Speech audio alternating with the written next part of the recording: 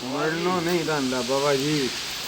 ये लोग सारे भैया डंकी केश है होंदी है जी। तुसी भाईजान जी ये टंकी है जी।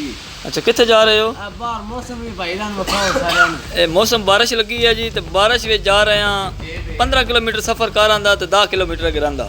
टैक्सी वाले दी भैनू लान दिता और इलाक टुर गए ना ते सन कैंप नहीं मिल रहा जनाब। जेड़े जेड़े बंदे आते हैं डंकी लानी है, ठीक है। नानी सोना याद आ जासी डंकी लाए जनाब। हैं जिवें सूरजमुखी दा फूल नहीं खिड़दा। जी व्यूअर्स अस्सलाम वालेकुम, क्या हाल है? ठीक ठाक है, उम्मीद करता हूँ खैरियत से होंगे भाई। अल्हम्दुलिल्लाह मैं भी बिल्कुल ठीक ठाक हूँ, अल्लाह ताला का बड़ी एहसान है। तो जनाब आज एक और बड़ी कमाल की और इंटरेस्टिंग वीडियो में आपका भाई आपके साथ हाजिर है। तो आज जनाब मैं बात करने जा रहा हूँ कि मेरे पास एक मेरे बहुत ही मोहतरम और मुअज़्ज़ज़ दोस्त सैयद वसीम शाह साहब जेलम वाले वो तशरीफ लाए हैं। तो उन्होंने पाकिस्तान से तुर्की का वीज़ा लिया और तुर्की से फिर उन्होंने जनाब बाई शिप गेम लगाई और उसके बाद फिर वो ग्रीस चले गए। तो ग्रीस के बाद अब वो माशाल्लाह इटाली आ गए हैं। तो चलो उनसे पूछते हैं कि उनकी स्टोरी किस तरह की थी। तो अभी मिलते हैं जी। अस्सलाम वालेकुम। अस्सलाम वालेकुम नाज़रीन, कैसे हैं आप? सब खैरियत से हैं? मैं सैयद वसीम अब्बास जेलम से तल्लक रखता हूं और मैं पाकिस्तान से बाय एयर आया था तुर्की, ठीक है। वो मेरे लिए बड़ा आसान था सब कुछ तुर्की तक, तो लेकिन तुर्की से आगे जो डंकी थी मेरी वो इंतहाई मुश्किल थी। आप सोचेंगे कि शायद मेरे लिए वो कैसे मुश्किल थी, क्योंकि लोगों के लिए तो वो एक किस्म की होती है, क्योंकि बंदे वहां से निकलते हैं और यूनान का रुख करते हैं, यूनान के लिए निकलते हैं। लेकिन मैंने डंकी लगाई है दो तरह की। एक तो बजरिया शिप लगाई, ठीक है, और दूसरी डंकी मैंने वहां से शिप पे जब हम लोग कलामाता पहुंचे वहां से जो आगे की डंकी लगाई, वो मेरे लिए दो तरह की डंकी बनती थी फिर, ठीक है।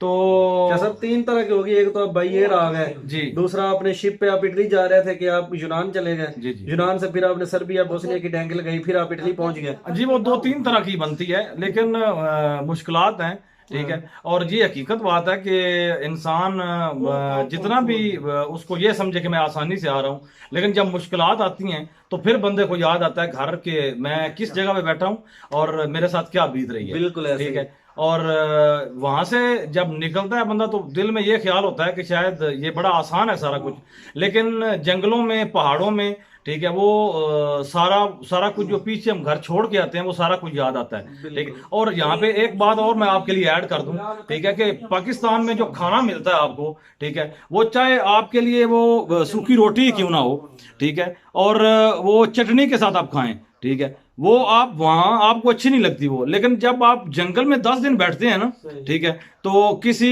या तो गाड़ी के इंतजार में या डंकर के इंतजार में, ठीक है, तो उस वक्त वो बड़ी चीजें वो याद आती हैं, ठीक है। वो फिर इंसान को खुद तो वो परेशान होता ही है, लेकिन साथ वाले बंदों को बंदा परेशान कर देता है, परेशान करता है। तो जनाब शाह साहब ने अपने सफर की वीडियोस बनाई हैं जो उन्होंने मुझे दी हैं, तो अभी वो मैं ऐड करता हूं। तो इंशाल्लाह ये इनकी वीडियो का पहला पार्ट है। तो और इनकी जो सारी स्टोरी है पाकिस्तान से लेके इटली ये कैसे पहुंचे हैं, कितने मुश्किलात सफर इन्होंने तय किया है, वो सारी मैं इनसे रिकॉर्ड कर ली है। तो अभी वो अपलोड कर रहे हैं, तो आप ये देखें पहला पार्ट। आप ये पहला पार्ट देखें। इसके देखने के बाद ये हम लोगों ने इसको ना तकसीम किया तकरीबन 9 या 10 किस्तों में, ठीक वो है। अगर आपने कमेंट में बताना है कि आपको शाह साहब की स्टोरी कैसी लगी है, फिर अब मैंने आपसे डिस्कशन करनी है, वरना हमने अपलोड कोई नहीं करनी। आपने बताना है कि शाह साहब की स्टोरी आपको सुनाए कि पाकिस्तान से बाई एयर तुर्की कैसे आए, कितना खर्चा आया, कहां से वीजा लिया और फिर तुर्की में क्या किया और कैसे ये इटली पहुंचे, ये सारा इनसे पूछेंगे। आपने बताना है कि इनसे मुझे क्या क्या पूछना है, तो इंशाल्लाह उस हिसाब से हम वीडियो बनाएंगे। एक इंटरेस्टिंग बात और शेयर कर दूं आपके साथ।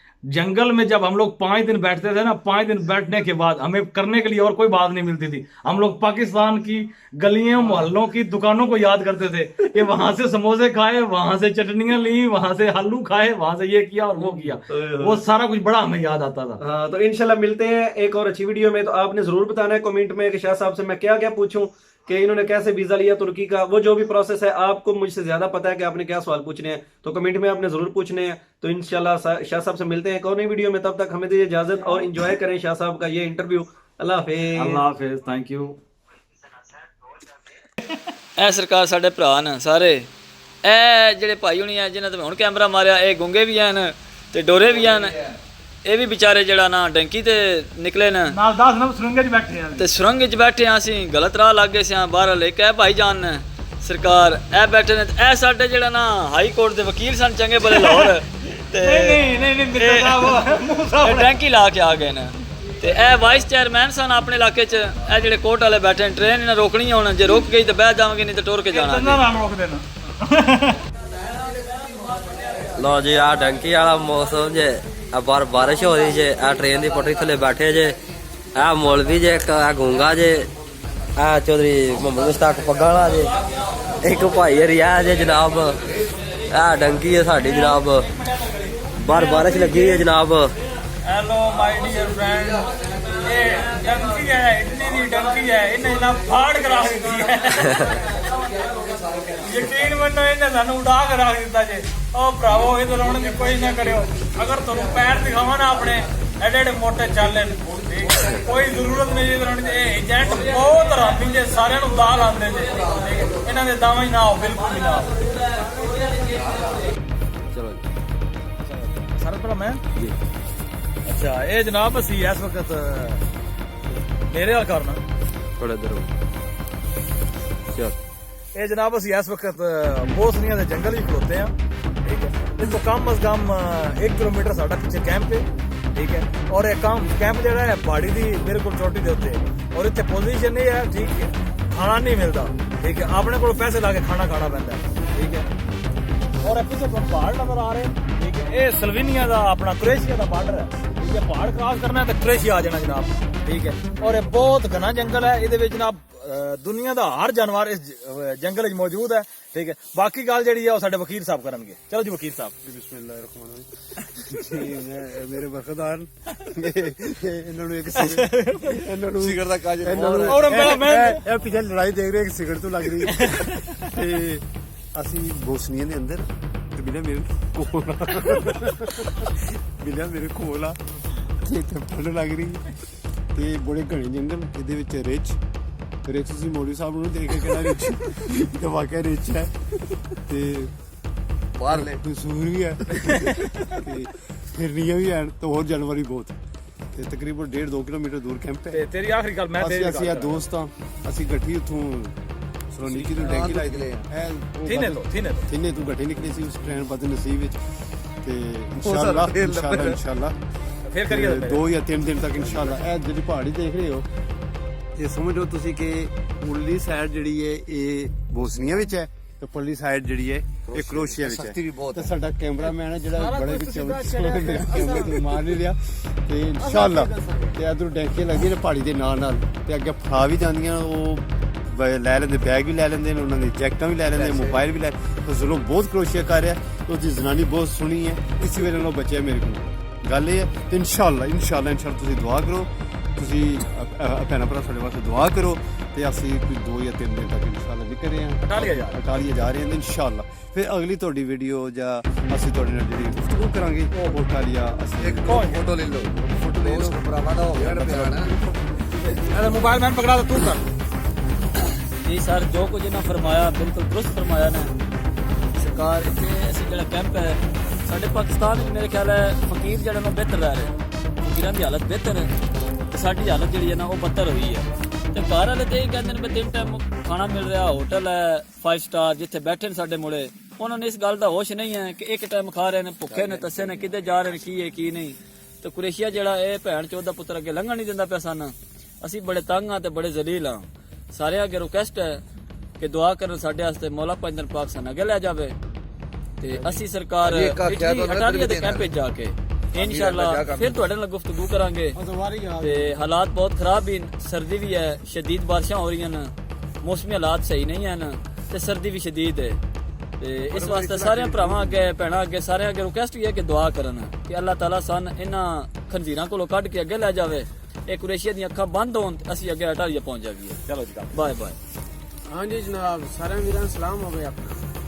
ਤੇ ਜਿਵੇਂ ਮੇਰੇ ਬਜ਼ੁਰਗਾਂ ਸਾਰਿਆਂ ਆਖਿਆ, ਮੇਰੇ ਬਜ਼ੁਰਗ ਹੀ ਲੱਗਦੇ ਹੋਏ, ਮੈਂ ਇਹਨਾਂ ਦਾ ਨਿੱਕਾ ਜਿਹਾ ਬੱਚਾ ਤੇ ਮੈਂ ਨਵੇਂ ਪਤਾ ਨਹੀਂ ਕਿਵੇਂ ਫੜ ਕੇ ਮੈਨੂੰ ਆਪਾਂ ਨਹੀਂ ਸਮਝਿਆ। ਇਹਨਾਂ ਫਰਮਾਇਆ ਜਿਵੇਂ ਕਿ ਕੈਂਪ 1 ਕਿਲੋਮੀਟਰ ਦੂਰ ਜਿੱਥੇ ਦੀ ਖਲੋਤੇ ਇੱਥੇ ਵੀ ਸੂਰਾਂ ਦੇ ਤੇ ਨਿਸ਼ਾਨ ਲੱਗੇ ਹੋਏ ਨੇ। ਬਾਲਾ ਵਖਾਣ ਦੀ ਜ਼ਰੂਰਤ ਨਹੀਂ ਹੈ, ਆ ਠੀਕ ਹੋ ਗਿਆ ਜੀ। ਆ ਹੁਣ ਤੁਸੀਂ ਵੇਖ ਲੈਣਾ ਆਪਣੀਆਂ ਅੱਖਾਂ ਨਾਲ। ਬਕਾਇਆ ਪਹਾੜੀ ਹੈ, ਇਹ ਪਹਾੜੀ ਜਿਹੜੀ ਹੈ ਨਾ ਇਹ ਮੈਨੂੰ ਲੱਗਦਾ ਸਿੱਧੀ ਉਸਮਾਨ ਨੂੰ ਲੱਗਦੀ ਪਈ ਹੈ ਜਿਹੜੀ ਅਸੀਂ ਪਾਰ ਕਰਨੀ ਹੈ ਤੇ ਕੁਰੇਸ਼ੀਆ ਵੜਨਾ। ਕੁਰੇਸ਼ੀਆ ਵਾਲੇ ਬੜੇ ਭੈਣ ਲੰਨ ਨੇ, ਉਹ ਨਾਰ ਮਾਰਦੇ ਨੇ ਇੱਕ ਡਾਂਗ ਤੇ ਮਗਰੋਂ ਮਾਰਦੇ ਨੇ ਠੋਡ ਬਸਤਾ ਜਿਹੜਾ ਉਹ ਖੋ ਕੇ ਪਰਾਂ ਖਿੱਚ ਪਕਾਉਂਦੇ ਨੇ ਅੱਜ ਸੇਕ ਛੱਡਦੇ ਨੇ ਤਾਂ ਅਸੀਂ ਪੂਰੀ ਰਾਤ ਐਂ ਕਰਕੇ ਨਾ ਸਰਦੀ ਕੱਟ ਛੱਡਦੇ ਤੇ ਇਨਸ਼ਾਅੱਲਾ ਅਸੀਂ ਅੱਪੜ ਤੇ ਜਾਣਾ ਹੈ ਜਿਤਨੀ ਵੀ ਸਖਤੀ ਕਰ ਲਵੇ ਪਾਕਿਸਤਾਨੀ ਕੌਮ ਇਨਸ਼ਾਅੱਲਾ ਅਗਲੀ ਜਿਹੜੀ ਵੀਡੀਓ ਹੈ ਸਾਡੀ ਉਹ ਤੁਹਾਡੇ ਨਾਲ ਐਂਜੀ ਅਸੀਂ ਖੇਡਦੇ ਹਾਂ ਇਟਾਲੀਆ ਦੇ ਵਿੱਚ ਤੇ ਸਾਰੇ ਭਰਾ ਜਿਹੜੇ ਨੇ ਉਹ ਦੁਆ ਸਾਡੇ ਵਾਸਤੇ ਕਰੋ ਕਿ ਅਸੀਂ ਇਟਾਲੀਆ ਪਹੁੰਚ ਕੇ ਹਾਂਜੀ ਇੱਕ ਸੋਹਣੀ ਜਿਹੀ ਵੀਡੀਓ ਤੁਹਾਨੂੰ ਨਾ ਅਸੀਂ ਖੁਸ਼ੀ ਪਹੁੰਚਾ ਯਾਰ ਇੱਕ ਜਗ੍ਹਾ ਨਾਲ ਖਲਾ ਤਸਵੀਰ ਕਾਲੀ ਆਉਂਦੀ ਹੈ ਇਹ ਮੌਲਵੀ ਸਾਹਿਬ ਨੂੰ ਤੇ ਜਨਾਬ ਮੈਂ ਅਰਜ਼ੇ ਕਰਨੀ ਹੈ ਸਿਰਫ ਕਿ ਮੇਰੇ ਆ ਵੱਡਿਆ ਮੋਹਤਰਮਾਂ ਨੇ ਜਿਹੜੀ ਗੱਲ ਕੀਤੀ ਹੈ ਬਿਲਕੁਲ ਸਹੀ ਹੈ ਠੀਕ ਹੈ ਤੇ ਮੇਰਾ ਭਰਾ ਜਿਹੜਾ ਵੀ ਹਮਾਰੇ ਨਾਲ ਕਦੀ ਵੀ ਇੱਧਰ ਨਾ ਆਵੇ ਉਹ ਹੈ ਬਾਈ 에ਅਰ ਦੀ ਟਰਾਈ ਕਰ ਲਓ ਹੋਰ ਕਿਸੇ ਤਰੀਕੇ ਨਾਲ ਆ ਜਾਓ ਲੇਕਿਨ ਬੋਸਨੀ ਵਾਲੇ ਰਾਹ ਨਾ ਬੜੇ ਹੋਇਆ ਇਟਲੀ ਜ਼ਲੀਲ ਹੋ ਜਾਓਗੇ ਇੱਥੇ ਆ ਕੇ ਖੱਜਲ ਹੋ ਜਾਓਗੇ ਅਸੀਂ ਰੁੱਲ ਗਏ ਆ ਤੇ ਤੁਸੀਂ ਨਾ ਰੁੱਲੋ ਅਸੀਂ ਚਾਹੁੰਦੇ ਤੁਸੀਂ ਨਾ ਰੁੱਲੋ ਅਸੀਂ ਇੰਨਾ ਹੀ ਕਹਿਣਾ ਸਾਡਾ ਇੰਨਾ ਹੀ ਮੈਸੇਜ ਹੈ ਜਨਾਬ ਕਰ ਅਗਾ ਇਸ਼ਾਰਿਆਂ 'ਚ ਕਰਨਾ ਇਸ਼ਾਰਿਆਂ 'ਚ ਕਰਨਾ ਇਹ ਜਨਾਬ ਗੁੰਗਾ ਹੈ ਆਂਦਾ ਪਿਆ ਇਹ ਕਹਿੰਦਾ ਮੈਨੂੰ ਟੈਕਸੀ ਤੇ ਭੇਜੋਗੇ ਤੇ ਮੈਂ ਜਾਣਾ ਹੈ ਨਹੀਂ ਤੇ ਮੈਂ ਬੋਤਲੀ ਵਾਲੇ ਦਾ ਜਵਾਈ ਬਣ ਜਾਣਾ ਹੈ ਇਹ ਜਨਾਬ ਜੀ ਗੁੰਗਾ ਵੀ ਹੈ ਤੇ ਬਹਿਰਾ ਵੀ ਹੈ ਤੇ ਲੇਕਿਨ ਸਾਡੇ ਨਾਲ ਮਕਦੂਨੀਆ ਇੱਥੇ ਨਾਲ ਚਲੇ ਆ ਸੀਨੇ ਤੋਂ ਚਲੇ ਹੈ अच्छा बंदा है शायद इससे पहले ਅਸੀਂ ਫਸੇ ਹੋਈ थे ਤੇ ਕੋਸ਼ਿਸ਼ ਹੈ ਅੱਲਾਹ ਤਾਲਾ ਦੀ ਦੁਆ ਕਬੂਲ ਕਰੇ ਨਹੀਂ ਤੇ ਮੇਰੀ ਗੱਲ ਸੁਣੋ ਇਹ ਮੇਰੀ ਗੱਲ ਸੁਣੋ ਇਹ ਜਨਾਬ ਜੀ ਗੁੰਗਾ ਬੜੀ ਬੜ ਕਰ ਰਹੇ ਗੁੰਗਾ ਵੀ ਆਇਆ ਹੈ ਤੇ ਬਹਿਰਾ ਵੀ ਆਇਆ ਹੈ ਤੇ ਲੇਕਿਨ ਤੇਰਾ ਗੁੰਗੇ ਦੇ ਕੋਲ ਤੇ ਲੇਕਿਨ अस्सलाम वालेकुम भाई जी ਸਾਡੀ ਤੇ ਗੱਲ ਹੈ ਕਿ ਕੋਈ ਭਰਾ ਇੱਧਰ ਨਾ ਆਵੇ ਜੰਟ ਦੱਸਦੇ ਕੁਝ ਜੇ ਤੇ ਹੁੰਦਾ ਕੁਝ ਜੇ ਸਾਨੂੰ ਕਹਿੰਦੇ ਸਾਡ ਕੇ 6-7 ਘੰਟੇ ਦਾ ਟੋਰਾ ਹੋਵੇਦਾ ਤੇ ਅਸੀਂ 6-7 ਘੰਟੇ ਸਿਰਫ ਗੱਡੀ 'ਚ ਬੈਠੇ ਜੇ 6-7 ਸਾਰਾ ਦਿਨ ਚਲੇ ਅਸੀਂ ਆ ਤਕਰੀਬਨ ਸਾਰਾ 7-8 ਦਿਨ ਪੈਦਲ ਟੁਰੇ ਜੇ ਨਾ ਰਾਤ ਵੇਖੀਏ ਤੇ ਨਾ ਵੇਖਿਆ ਜੇ ਦਿਨ ਨਾ ਪਾਣੀ ਠੀਕ ਹੈ ਨਾ ਪਾਣੀ 36 ਘੰਟੇ ਹੋਏ ਸਾਨੂੰ 36 ਘੰਟਿਆਂ ਬਾਅਦ ਪਾਣੀ ਲੱਭਾ ਹਜੇ ਉਤੋਂ ਗਰਮੀ ਵੀ ਰਾਜਸਾ ਜੇ ਠੀਕ ਹੈ ਤੇ ਇਹ ਕੋਈ ਗੱਲ ਨਹੀਂ ਜੇ ਜੰਟ ਆਂਦੇ ਜੇ ਕਿ 6 ਘੰਟਾ ਟੋਰਾ ਜੇ ਕੋਈ ਕਿਸੇ ਦੇ ਜੰਟ ਦੀ ਗੱਲ ਤੇ ਨਾ ਆਵਿਆ ਜੇ ਬਾਈ ਇਹਦੀ ਟਰਾਈ ਮਾਰ ਲਓ ਉੱਥੇ 20 ਰੁਪਏ ਦੀ ਦਿਹਾੜੀ ਲੱਭਦੀ ਜੇ ਉਹ ਲਾ ਲਓ ਇੱਧਰ ਨਾ ਆਵੋ ਏਜੰਟ ਕੁਝ ਦੱਸਦੇ ਜੇ ਹੁੰਦਾ ਕੁਝ ਜੇ ਇਹਨਾਂ ਇਹ ਆਪਣੀ ਮਾਂ ਨੂੰ ਸੱਚੀ ਗੱਲ ਨਹੀਂ ਜੇ ਦੱਸਦੇ ਆ ਠੀਕ ਹੈ ਭਾਈ ਜੀ ਸ਼ੁਕਰੀਆ